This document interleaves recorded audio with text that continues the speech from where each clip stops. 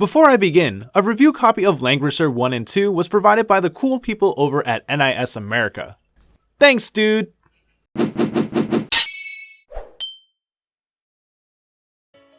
Langrisser was originally released in North America under the name Warsong on the Sega Genesis back in 1991.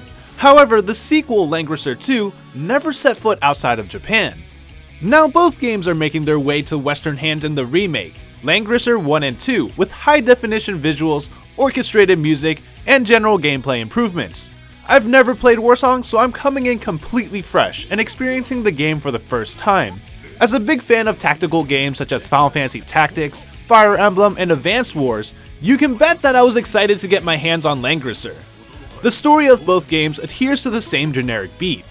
It follows some heroes who are the descendants of light and their journey to vanquish the evil plaguing the land using the power of a holy sword called Langrisser. A power-hungry empire begins invading other nations, and the forces of darkness also make their appearance, wreaking havoc upon the land. The heroes meet trusted allies who join them on their journey to put a stop to the destruction and return peace to the world.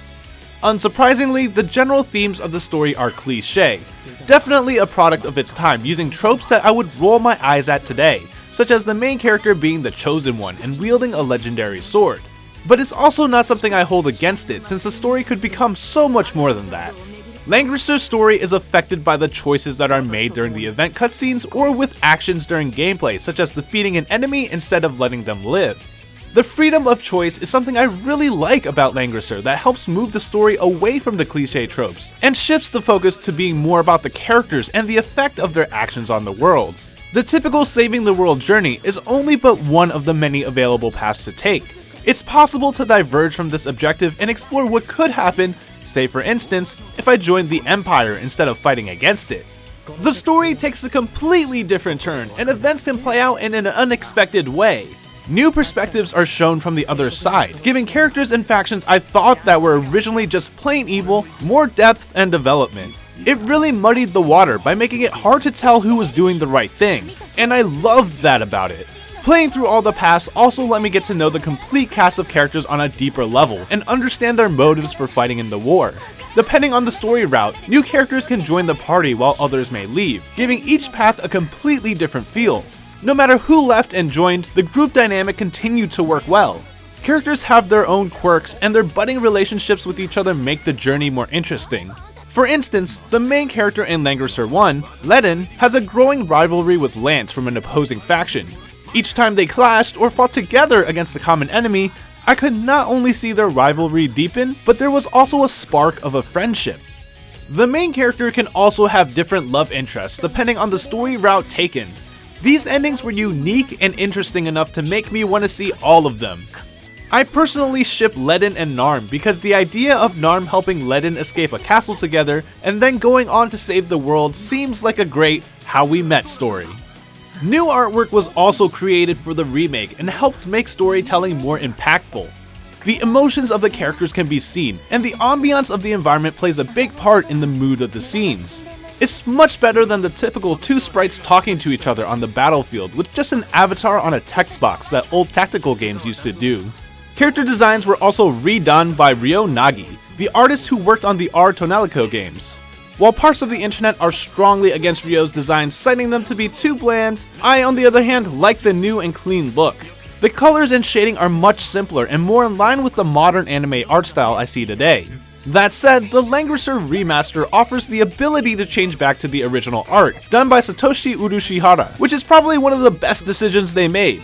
I do like the new art style, but I also really like the old art styles with the more exaggerated traits, like the over-the-top bulky armor some characters wear. It also reminds me of the art style from animes I used to watch when I was a little kid, like Gundam Wing and Robotech, hitting some of those nostalgic feels. The only downside to using the original art style is the new artwork that was created for the story wouldn't show or would appear blurry in the background. Along with the ability to swap between art styles, there are also separate options to swap between the original and remastered soundtracks and maps. Again, I'm super happy they decided to do this because it gives players more options to play how they want. I prefer the old school soundtrack over the remastered orchestral tracks, but that's not to say the orchestral tracks are bad. The remastered tracks, while not a one-to-one remake, sounded similar to the originals and got the melodies of the song down. I guess I'm just on a nostalgic trip because I really wanted to hear the old school synthesizer tracks that, again, remind me of the retro games from my childhood. The maps were also completely redone with new textures that look good. Like everything else, the new visuals can be changed back to the old 16-bit style, which scales well to modern resolutions, but I prefer the new maps over the 16-bit maps. The only thing that can't be changed are the character sprites on the battlefield. It's not something I mind too much, but it would have been a nice addition to get that completely retro feel. While all these things are great to have, what I was looking forward to the most was the tactical combat gameplay. Langrisser shares some commonalities with games such as Fire Emblem and Advance Wars, but its identity as a tactical game is different. The distinction is the reliance on the various types of mercenaries that can be hired by the hero when preparing for the upcoming battle. Mercenaries play an important role in combat in that they are the foot soldiers that make up the army. If they all die, there is no way to bring in any more for the current engagement. I also thought I could get away with not hiring any when I first started the game because I didn't want to spend the gold, but I quickly found out that wasn't gonna work. During combat, there are also a few things to keep in mind that will affect the outcome of a battle. One such thing is a unit's health. As units fight and their health diminishes, so will their attack. Injured units of the same class will do less damage than those at higher health.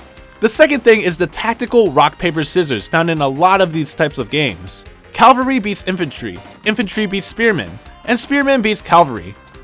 Keeping the triangle in mind while hiring mercenaries is important to make the upcoming fight much easier to deal with. And lastly, heroes have what is called an area of command, which acts like an aura around them, boosting all their mercenaries' stats.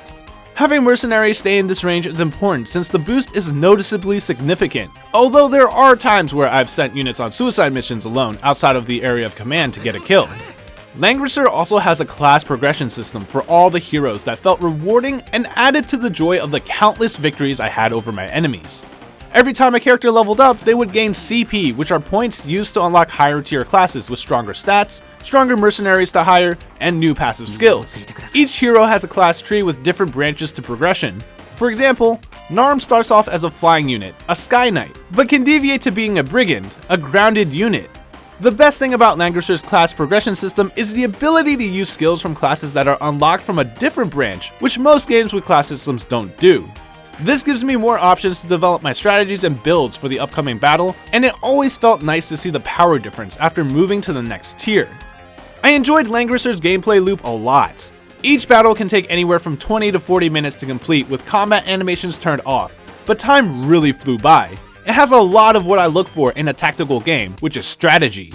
I was always thinking about my actions, such as where to position my troops, which units to attack first, or how to save some villagers across the map before enemies got to them. That said, generally speaking, the game is a little too easy.